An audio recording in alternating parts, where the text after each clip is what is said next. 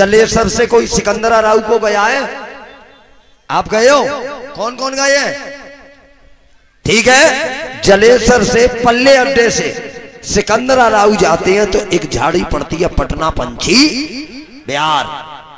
उस झाड़ी का रहने वाला ये कालिया यमन राक्षस, उस झाड़ी में मैं 3-4 कथा भी कर चुका हूं। बटेश्वर के बाद उत्तर प्रदेश में दूसरा स्थान है भोले बाबा का, पटना पंची बिहार।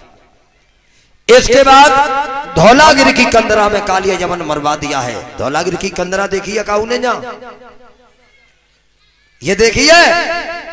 नहीं देखी, मैं बता दे रहा हूं कहां है। ये तुम्हारे धौलपुर में है। धौलपुर किसने देखा है? धौलपुर में है धौलागिरी की कंदरा। वहां था, हाँ, धौलपुर से तांतपुर रोड पे केवल 10 रुपए लगते थे जब हम गए वहां। तब वहां एक बहुत बड़ा कुंड बड़ा है जिस कुंड का नाम है मुचकुंड। नाना देख के आना, उस कुंड की एक प्रभुताई है।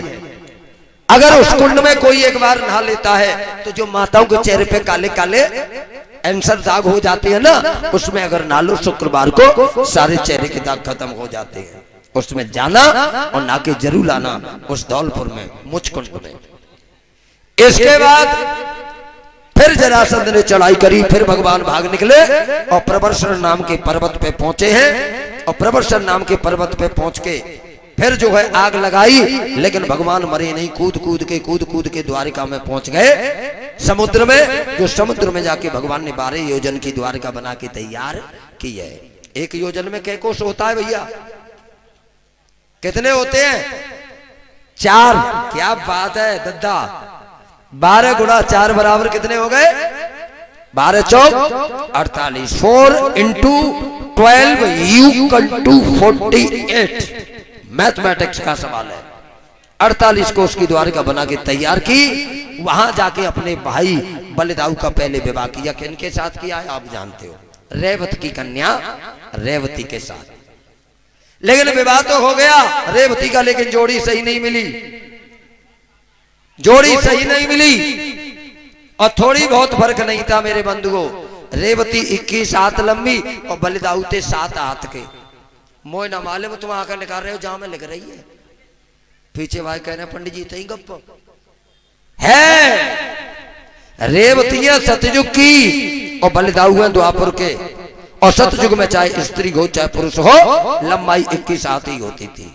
सतयुग में 21 हाथ, त्रेता में 14 हाथ, द्वापर में 7 हाथ और कलयुग में 6.5। टेंशन खत्म। तो कन्हैया होते तो सहन कर लेते। वो ग्वाल वाल खिजाने लगे बलिदाऊ को। और ये गाना बनाए वो इसी के आधार पे बनाए। अमिताभ बच्चन ने गाया है लावारिस फिल्म में। कौन सा है वो? जिसकी बीवी उसका भी बड़ा, टेंट में लगा दो। कन्हैया होते तो सहन कर लेते। बलिदाऊ को आया गुस्सा, ठोंक के अपे बराबर की। पर हाथ जोड़ के मौनी पुरावायो प्रार्थना है, अगर तुम में तकाऊ की लंबी हो ऐसा मत कर डारी हो। क्योंकि भगवान करता है वो लीला कही जाती है। अगर उसी को इंसान करने लगेगा तो वो कर्म बन जाएगा। लीला में बंधन नहीं होता, कर्म में बंधन होता है। उसके बाद भगवान ने अपना विवाह किया। किनके साथ भैया? शॉर्ट में राजा भीष्मक की कन्या रुक्मणी के साथ में विवाह किया। आनंद चित्त से रहने लगे। और भगवान के पहले पुत्र के रूप में कुछ दिनों बाद प्रद्युम्न ने जन्म लिया है।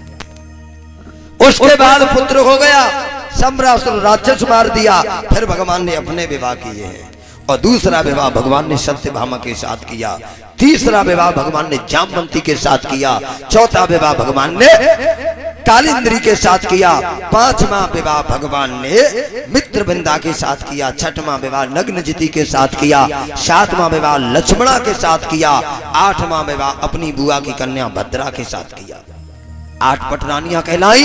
इसके बाद भौमासुर को मार दिया और उसके राज्य में 16,100 कन्या थी। भगवान निकाल को लाए और भगवान ने सबको अपना नाम दिया है। क्योंकि उन्होंने कहा था महाराज कन्हैया आपने उस राक्षस को भौमासुर को मार दिया है, आप मुझे ऐसे ही छोड़ देंगे तो कोई दूसरा पकड़ लेगा, हमें कोई नाम तो दो।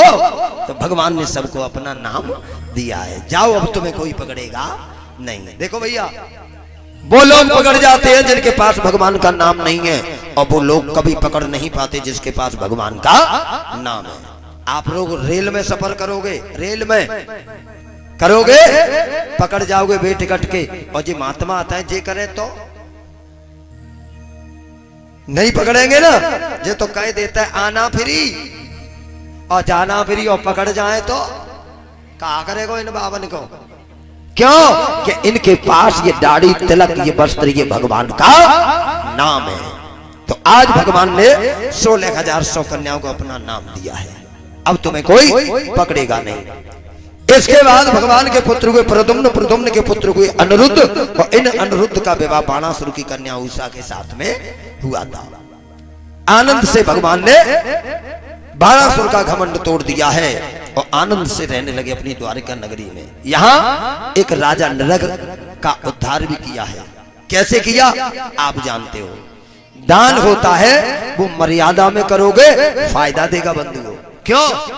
दान मर्यादा में करोगे लाभ देगा, और दान करोगे अगर मर्यादा तोड़ के करोगे तो आपको ये दान हानि भी पहुंचा सकता है। तो भगवान ने राजा नरक का उद्धार कर दिया। दान दिया गाय का, लेकिन मर्यादा तोड़ के दी। एक गाय 2 बार दान कर दी, इसलिए उसको भी भोग भोगना पड़ा। इसके बाद पांडवों ने अपनी अश्वमेध यज्ञ की है। देखो भैया, जल्दी जल्दी में अश्वमेध यज्ञ में भगवान ने सबको बुलवाया दुर्योधन पे, सब आ गए।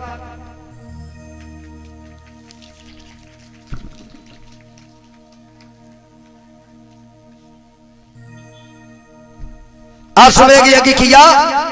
देखो अब भागवत में भागवत की कथा आ गई है भैया, भागवत में भागवत की कथा।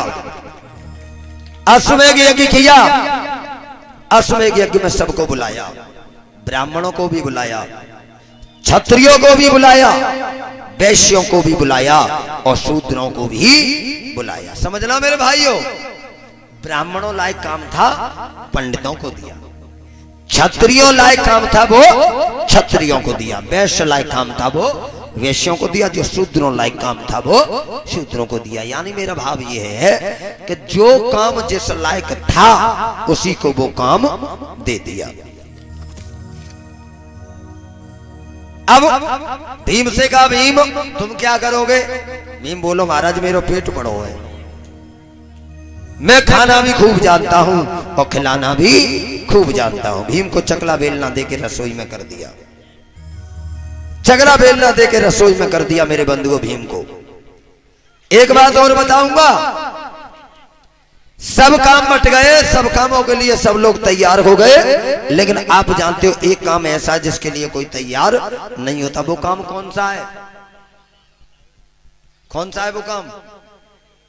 पत्तल उठाने वाला। इसके लिए कोई काम तैयार आदमी कोई तैयार नहीं होता। हमारी तरफ भंडारे होते हैं। अभी हमारे सहसपुर में, सहसपुर तो देखा है हमारी दत्तावली के बगल में, 1 से 1 कुंटल की भी यज्ञ हुई, लेकिन सबसे ज्यादा लोगों ने हाथ उठाए तो पत्थर डालने वालों ने उठाए।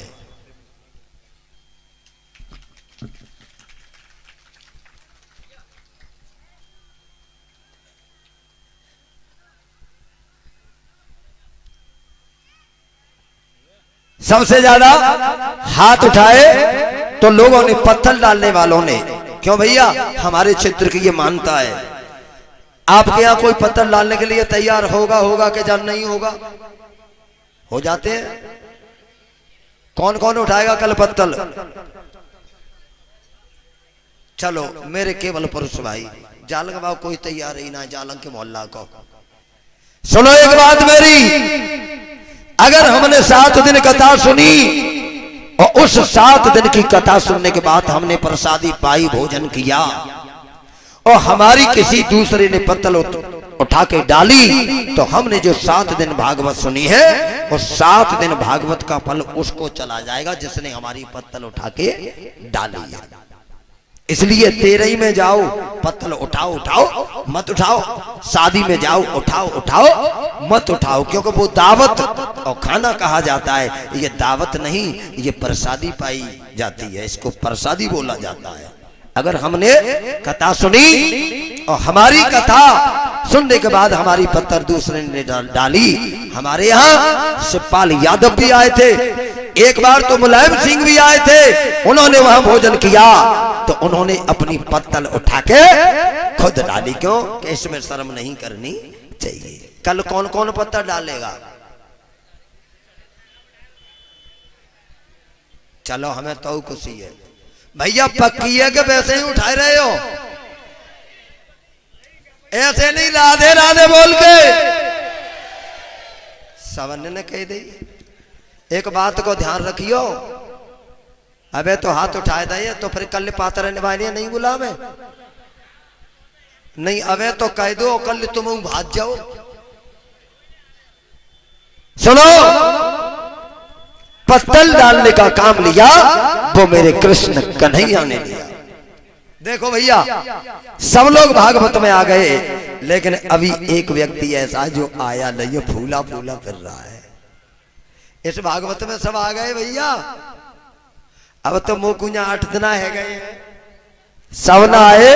अभी एक आदमी ऐसा है जो फूला फूला फिर रहा है, और उसको मैं जानता हूं और तुम भी जानते हो, और तुम कहो तो को नाम ले दूं। सब आ गए, अभी एक ना आओ, सब नहीं आए, अभी एक रह गया है। ध्यान करो प्रधान जी, एक अभी आया नहीं है, वो रह गया है अभी।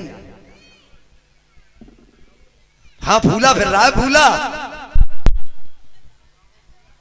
बताए तू कि नहीं? अरे मरन दो का करनो आप है, आवे तो अच्छी और नहीं आवे तो अच्छी। अगर पीछे भाई कह दे कि बताए दो तो बताए दो, मुझे डर लगा तो भैया अकेलो आदमी हूं मैं, बता दू। वो नहीं आया है, क्या नाम है उसका, वो अरे वो है नहीं,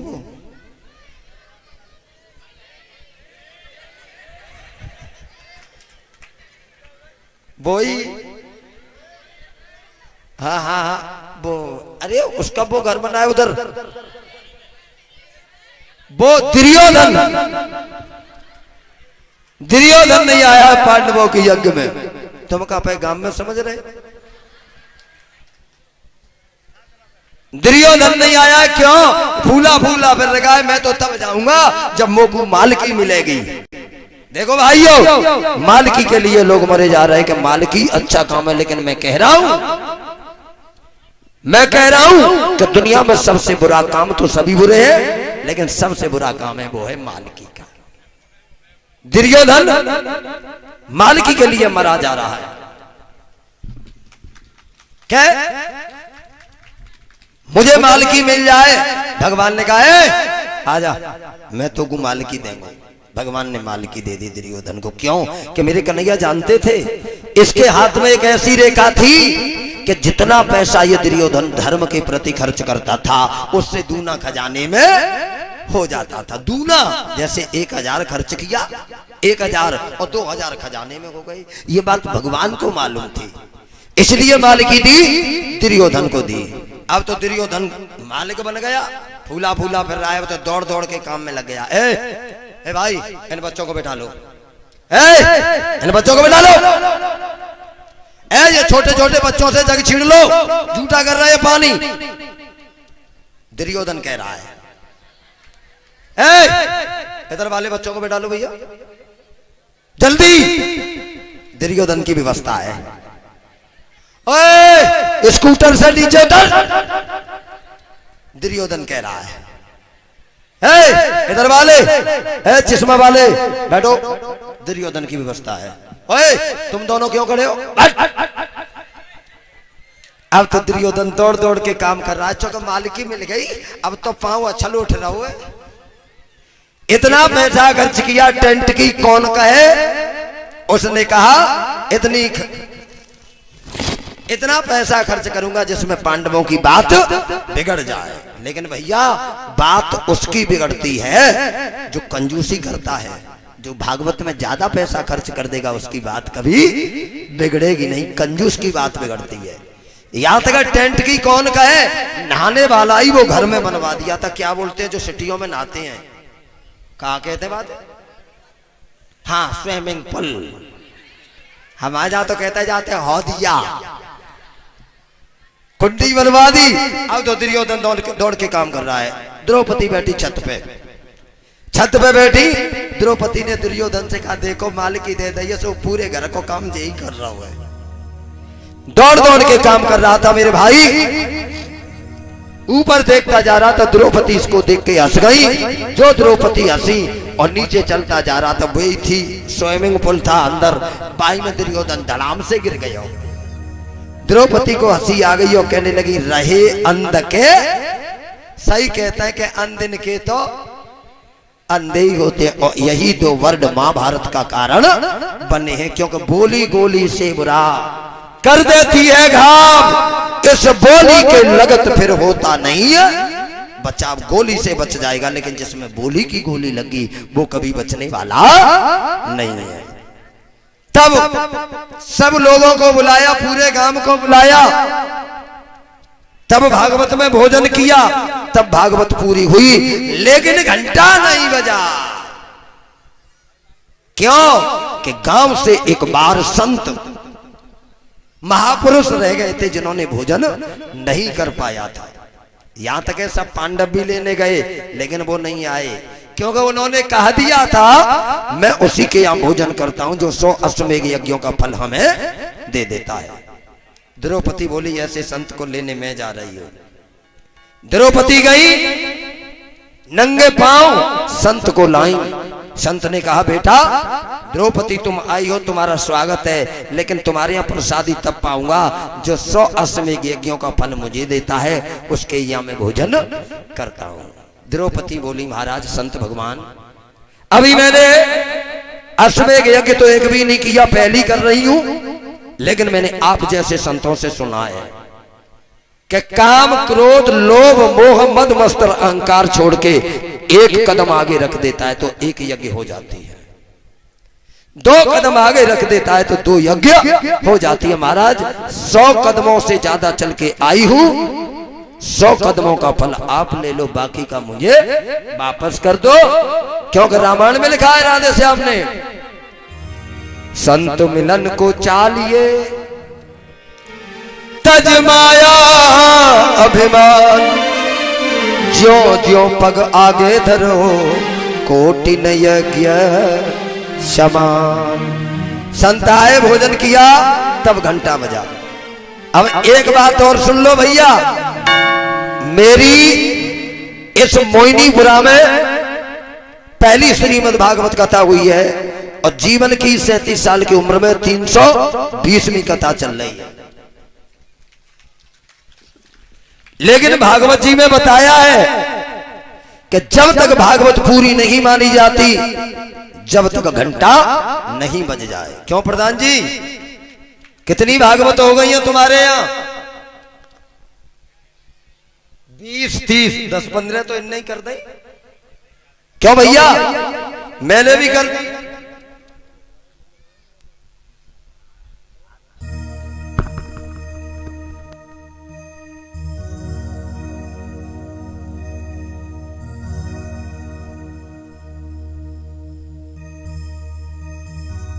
हाँ भैया, लेकिन मैं कह रहा हूं एक बात, यज्ञ भागवतें इतनी हो रही हैं, जब तक घंटा नहीं बजेगा तब तक यज्ञ भागवतें पूरी होती नहीं है। तुम्हारी इतनी भागवतें हुई हैं तुम्हारे क्षेत्र में, काऊ में घंटा बजो, बोलो पीछे वाले दद्दा घंटा बजो, तो फिर ऐसी भागवतें मत करवाओ, कोई मतलब ना है। जिस भागवत में घंटा बजे समझ लो ये खून पसीना का काम, अन्न इतना खर्च किया था उससे हमारा यज्ञ पूरा हो गया, और जा में घंटा ही नहीं बजो तो क्या फायदा ऐसी भागवत है। अगर तुम कहो तो इस मोहिनीपुरा में अब तक बजाए या नहीं बजे, लेकिन ये मेरी पहली कथा है, इसमें घंटा बजवा दूं, बोलो तब मानोगे कि नहीं? जब तक घंटा नहीं बजेगा यज्ञ नहीं मानी जाएगी, और यहां घंटा बजेगा तो यज्ञ मानी जाएगी। घंटा क्या है? उस घंटा के लिए तुम लोगों को मेरी मदद करनी पड़ेगी बंधुओं। घंटा क्या है सुनो। जिस भागवत में पूरे गांव में पूरा गांव खा जाए और एक व्यक्ति भोजन के लिए रह जाए तो घंटा नहीं बजेगा। इसलिए मेरी करवाने वालों से प्रार्थना है कि पूरा गांव करो और कल पूरा गांव खाओ तो घंटा बजेगा। हमारे यहां जितने संत व्रत आ जाएं और ये कोई रुष्ट होके नहीं जाएं, ये खुश होके जाएं, आत्मा से दुआ देके जाएं। कोई व्यास हमारे यहां से असंतुष्ट होके नहीं जाए, कोई साउंड वाला नहीं जाए, कोई साज वाला नहीं जाए, कोई रिश्तेदार मान पक्ष का हमारे यहां से रुष्ट होके नहीं जाए, तो समझ लो हमारी कथा का घंटा बज गया। और पुआ तो हो गई 20 कुंटल और सब लोग गुस्सा हो के गए, तो समझ लो हमारी यज्ञ का घंटा नहीं बजा। तो बजवाना है कि नहीं? बोलो राधे। तो एक वचन दे दो मुझे कि मैंने तुम्हारे यहां 6-6 घंटा बिना पानी पिए इतनी गर्मी में कथा कही है। अगर मेरी आपको मेहनत साकार करवानी है तो 7 दिन मैंने मेहनत की है। अगर मेरी यज्ञ भागवत का घंटा बज जाएगा तो एक वचन तुम भी दे दो, चाहे ब्राह्मण है, चाहे यहाँ क्षत्रिय है, चाहे वैश्य है, चाहे शूद्र है। मैंने 7 दिन मेहनत की है, आप लोग मेरे लिए कल 3 घंटा मेहनत करोगे शाम की समय में। बोलो ऐसे नहीं, राधे राधे बोल के, तब यह घंटा पूरा होगा। मेरे कुछ संकल्प है। अगर मेरी भागवत अच्छी तरीका से संपन्न हो जाती है, चाहे भागवत हो चाहे भंडारा हो, एक बात सुन लो, मैं ठाकुर जी का सेवक हूं, 6 घंटा पूजा करता हूं ठाकुर जी की। मैं उसी काम में दूसरी बार कथा कहने के लिए आता हूं जहां मेरा भंडारा ढंग से हो जाता है और नहीं मेरा संकल्प होता है। बंधुओं ये नहीं है मुझे चिंता कि आप अगली बार मुझे बुलाओगे, कोई चिंता नहीं है, क्योंकि मेरे हजारों लाखों फॉलोवर्स हैं। मैं उसी गांव में कथा कहने आता हूं जहां मेरा भंडारा आराम से अच्छी तरीका से बिना लड़ाई के झगड़े के संपन्न हो जाता है। उस गांव में दोबारा कथा कहने नहीं आता जहां मेरे भंडारे में कोई ना कोई टेंशन हो जाए। तो मेरी ये चेतावनी भी समझ लो, और चाहे मेरा प्यार समझ लो, चाहे ठाकुर जी की भक्ति समझ लो। अगर मेरा भंडारा हो गया अच्छी तरीका से, कल ये भागवत तुम्हारी नहीं है, ये भागवत मेरी है, मेरे कृष्ण की है। अगर ये भंडारा हो गया तो 1 साल के अंतराल में आपको फिर कथा सुनाऊंगा। ये मेरा वादा है तुम लोगों से। और अगर मेरे भंडारे में थोड़ा भी गड़बड़ हुआ तो ये हाथ मेरा ठाकुर जी पे, देखिए व्यासपीठ पे रख रहा हूं, तुम्हारे गांव में कभी भागवत कहने आऊंगा नहीं। ये मेरे कुछ उसूल है बंधुओं। आपसे मेरी प्रार्थना है मेरी। मैंने 7 दिन मेहनत की है और ये कथा मेरी है। आप लोग कल मेहनत करना, बस आपकी महान कृपा होगी। एक बार जोर से बोल दो। सुनो, मैं भले ही कल दूसरी जगह कथा कहूंगा, लेकिन मन मेरा यहीं आपके पास रहेगा। मेरे भंडारे में जाने क्या हो रहा होगा मैं भी नहीं जाना चाहता था भैया, लेकिन कुछ मजबूरियां ऐसी होती हैं कि इंसान को जाने पे मजबूर करती हैं। सुनो, कितना भी वो परेशानी तो हो ही जाती है, रोज के काम में थकावट हो जाती है। सुनो माताओं, आप लोगों के पास अगर भैंस गाय हो तो आप लोग अपनी भैंस गायों का दूध धो करके ठाकुर जी के प्रसाद के लिए आप भिजवाइएगा, क्योंकि अगर लेने जाएंगे तो पुण्य नहीं होगा। समझ में आ रही है? अगर दूध लेने जाएंगे तो पुण्य नहीं होगा, और अगर भगवान के लिए यहाँ भिजवा दोगे कुछ तो आपका पुण्य होगा। श्रद्धा भावना भगवान जान जाएगा कि इसके दिल में श्रद्धा और भावना है। तो अपनी अपनी भैंसों का, गायों का, छिरिया फिरिया को मत भेज दियो। गंगों का और भैंसों का दूध अगर हो किसी के यहाँ तो यहाँ भंडारे के लिए प्रसादी बनेगी, उसमें भेजने की कृपा करे माता हो। बोलो राधे राधे। और हाँ, एक कृपा करियो जी, कृपा करियो कि बामें ने नल फल को मत मिलाई दियो।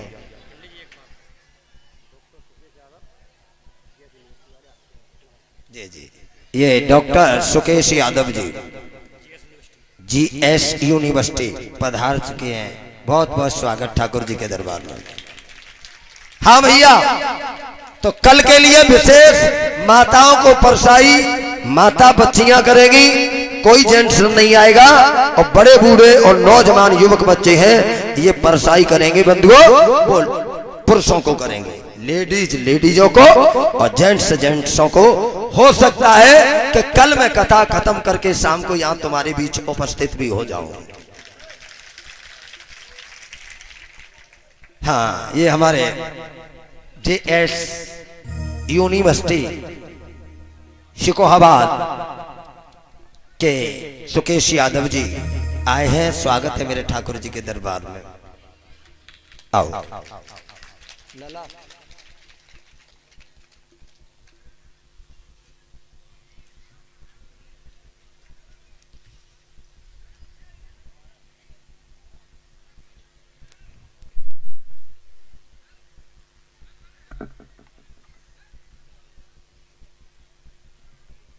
लो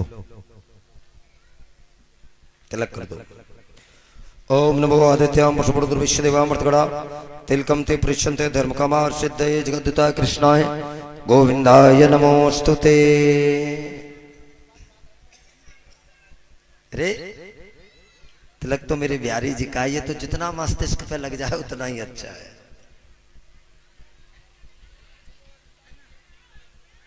ज्यादा नहीं, समय केवल आध घंटा और है कथा का, क्योंकि मेरी बाकी की व्यवस्था बहुत है ना, है ना, वो व्यवस्था भी देखनी है, ये कथा भी देखनी है, पूजन भी देखना है।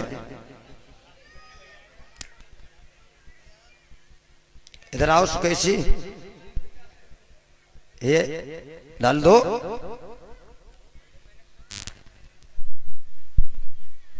हाँ, ये पहले तो इनको ये उड़ाओ बिहारी जी का प्रसाद।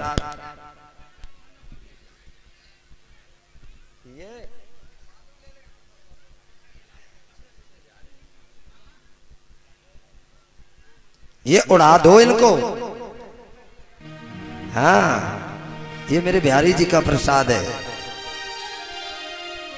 बोलिए बांके बिहारी लाल की जय जय श्री। तब यज्ञ जो है पूरी हुई है पांडवों की। कल आप लोग मेरे यज्ञ में ध्यान देना। इसके बाद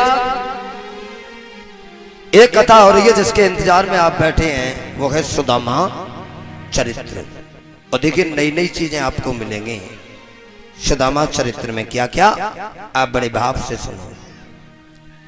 आपने श्लोक कहता है भागवत जी का, कृष्णस्य आसीद सखा ब्राह्मणो ब्रह्म विक्तमा विरक्त इंद्रिय अर्थेषु प्रशांत आत्मा जितेंद्रियम। कृष्णस्य आसीद सखा, कृष्ण के एक सखा थे। कौन? ब्राह्मणो ब्रह्म विक्तम, एक ब्राह्मण। कैसे थे वो ब्राह्मण? कृष्ण के सखा। विरक्त इंद्रिय अर्थेषु प्रशांत आत्मा जितेंद्रियम। इंद्रियों को बस में करने वाले कृष्ण के एक सखा थे, मित्र थे ब्राह्मण। बताते हैं सुदामा जो थे, सुदामा गरीब और कन्हैया हो गए अमीर। तीनों लोगों का मेरा स्वामी प्रभु कृष्ण। क्यों भैया? लेकिन एक ही पाठशाला के पढ़े दोनों लोग, एक ही गुरु के शिष्य दोनों लोग, लेकिन एक हो गए गरीब और एक हो गए अमीर। क्यों हो गए? आपको पता है ना क्यों हो गए? इसलिए हो गए कि आप जानते हो कि गुरु माता ने चना दिए थे, ईंधन लेने के, लकड़ियों को लेने के लिए गए और कृष्ण के बदले के चना सुदामा ने खा लिए, इसलिए श्राप लग गया था कि तुम दरिद्र हो जाओ मैं अमीर हो जाऊं। यही बात सुनी है तुमने। एक बात मेरी बताओ, सुदामा कृष्ण कोई हल्के पूरे मित्र नहीं है मेरे भाई। हम आपसे ज्यादा तो मित्रता होगी।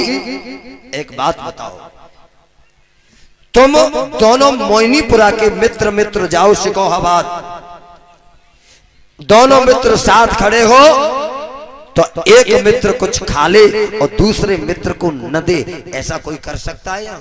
बताओ भैया। हम तो इंसान की बात कर रहे हैं, हम भगवान की कर ही नहीं रहे।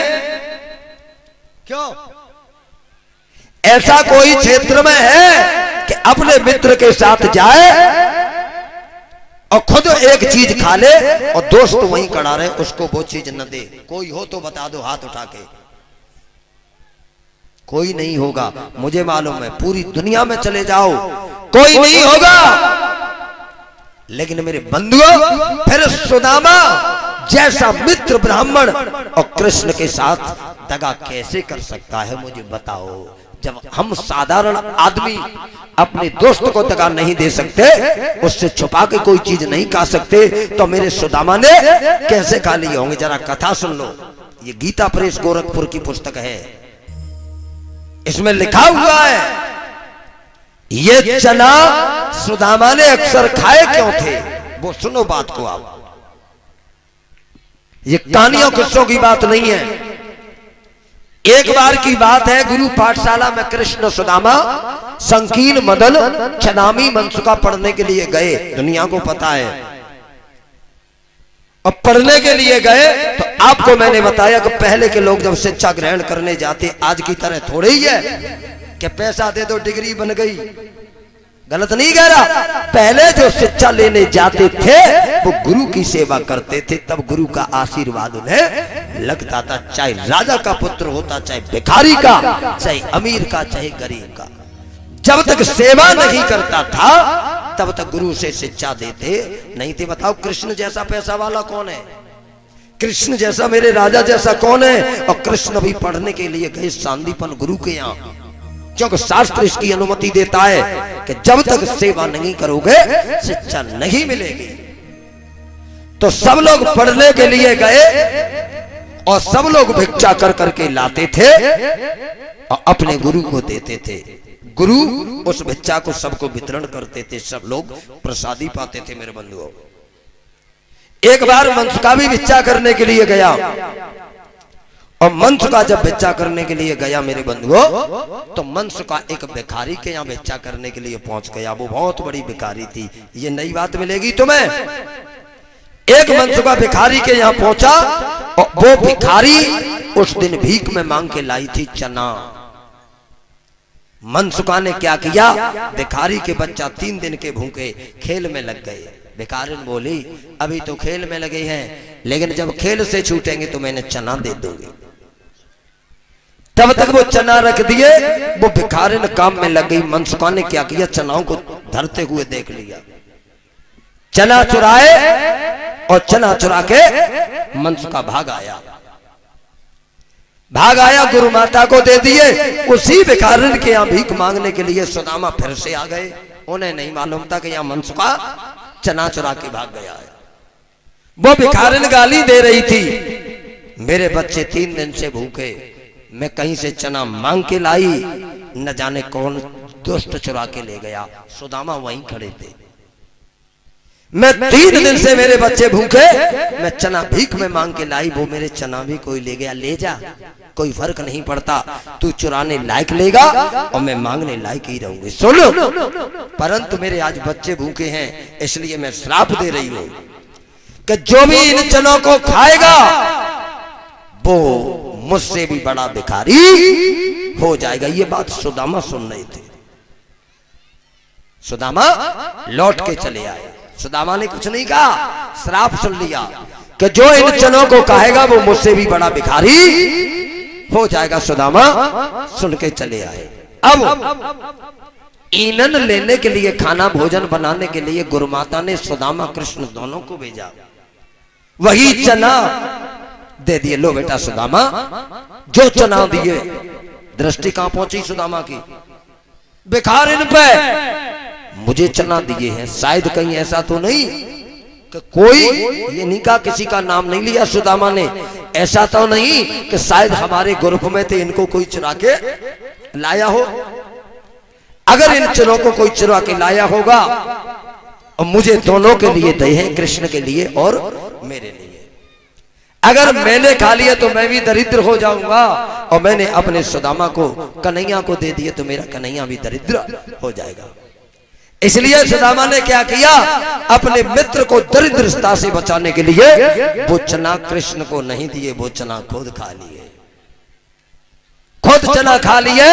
इसीलिए तो जब सुदामा गए हैं कन्हैया के पास तो सुदामा नहीं रोया, रोया कौन है, मेरा कृष्ण रोया। अरे मेरे मित्र, क्योंकि कन्हैया से क्या छुपी थी, इससे कोई नहीं छुपा सकता बंधुओं, वो तो पहले से ही जानते थे सब। उन्होंने कहा, बारे सुदामा, तूने दरिद्रता से मुझे बचाने के लिए मेरे वो चना खुद खा लिए, खुद तू कितनी मुश्किलों को झेलता रहा, लेकिन मेरे दोस्त तूने मुझे उस दरिद्रता के पास जाने नहीं दिया। मेरे बंधु, ऐसी कथा भागवत में है, जब संस्कृत पाठशाला में पढ़ोगे तो ये पढ़ाई जाती है, लेकिन आज कहा कोई पढ़ रहा है क्या? हमने बिना पे तो सुन ली फलाने शास्त्री की कैसेट, और भाई हम दर्रिगढ़। बताइए, जब तक शिक्षा नहीं लोगे तब तक आप व्यासपीठ पे बैठने के अधिकारी नहीं हो। तो आज वहीं फिर आ जाओ, सुदामा हो गए गरीब, क्योंकि भिखारी का श्राप लगा था, और मेरे श्याम सलोने कन्हैया हो गए अमीर। नई बात है कि नहीं? पॉइंट, अमीर हो गए, सुदामा की शादी हो गई।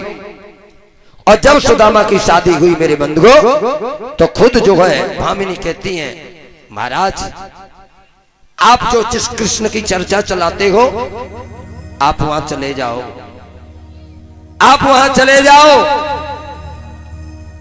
उन्होंने कहा, मैं तो चला जाऊंगा, लेकिन मेरा मित्र ये समझेगा कि मुझ पैसे मांगने के लिए आ गया है। देखो भामनी, दुनिया के दरवाजे पे चला जाऊंगा, लेकिन मैं उसके दर पे नहीं जाऊंगा, क्योंकि वो एहसान मेरे पे कर देगा कन्हैया।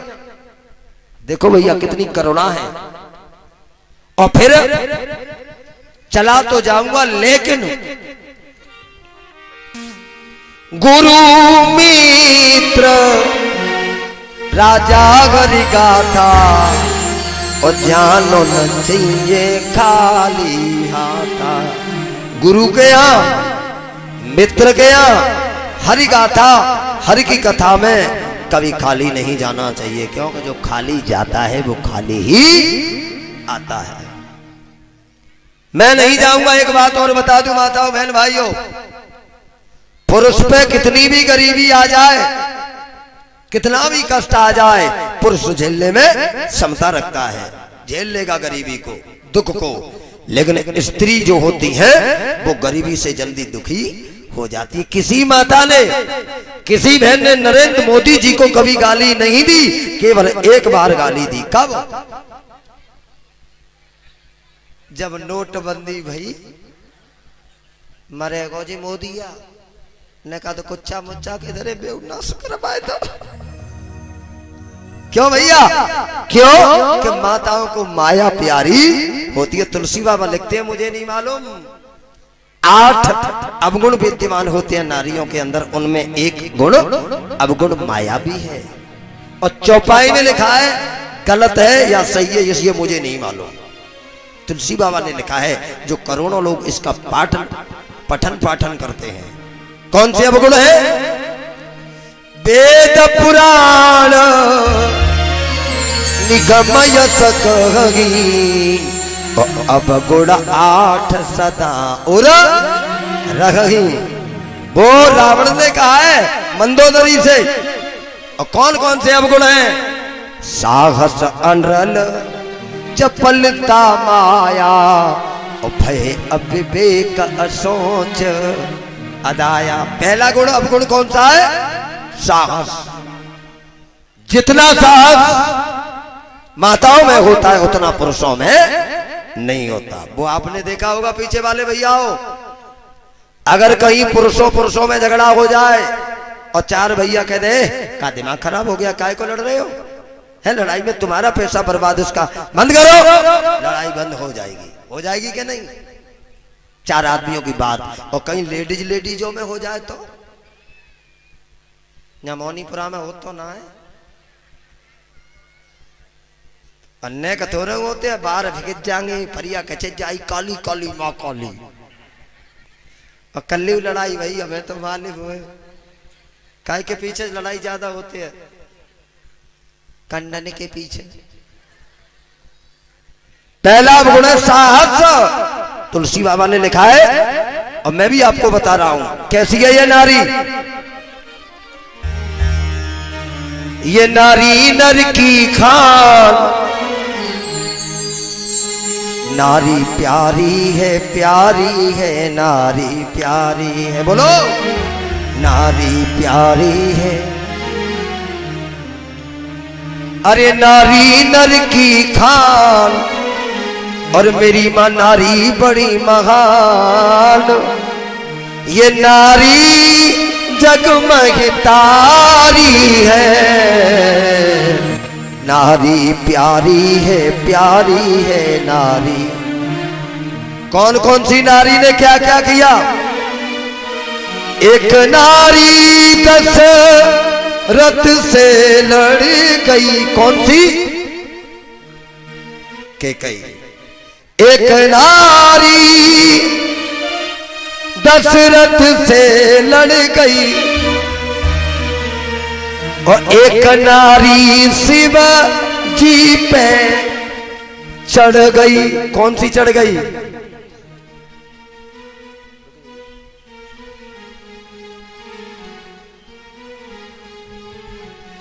एक नारी दशरथ से लड़ गई,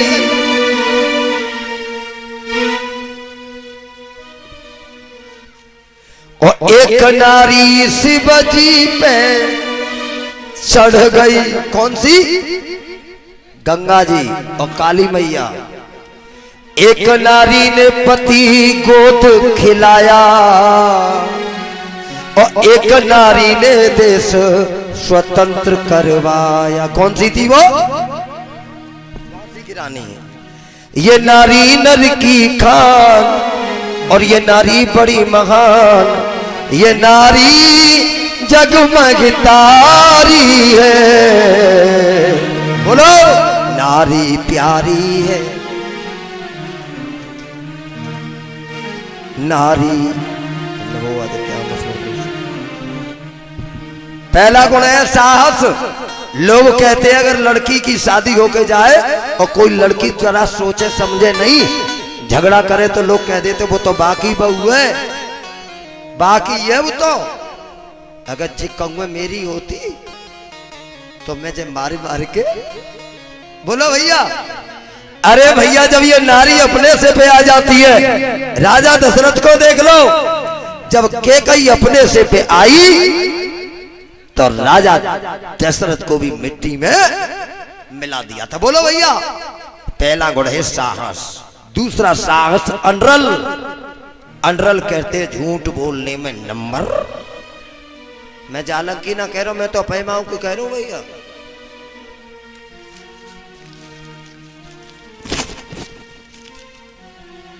अरे भोले बाबा की पत्नी सती झूठ बोल गई।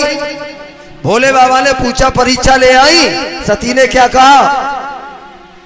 कछु न परीक्षा लीन गुसाई, ओ कीनो प्रणाम तुम्हारी नाही। भोले बाबा की पत्नी झूठ बोली कि नहीं?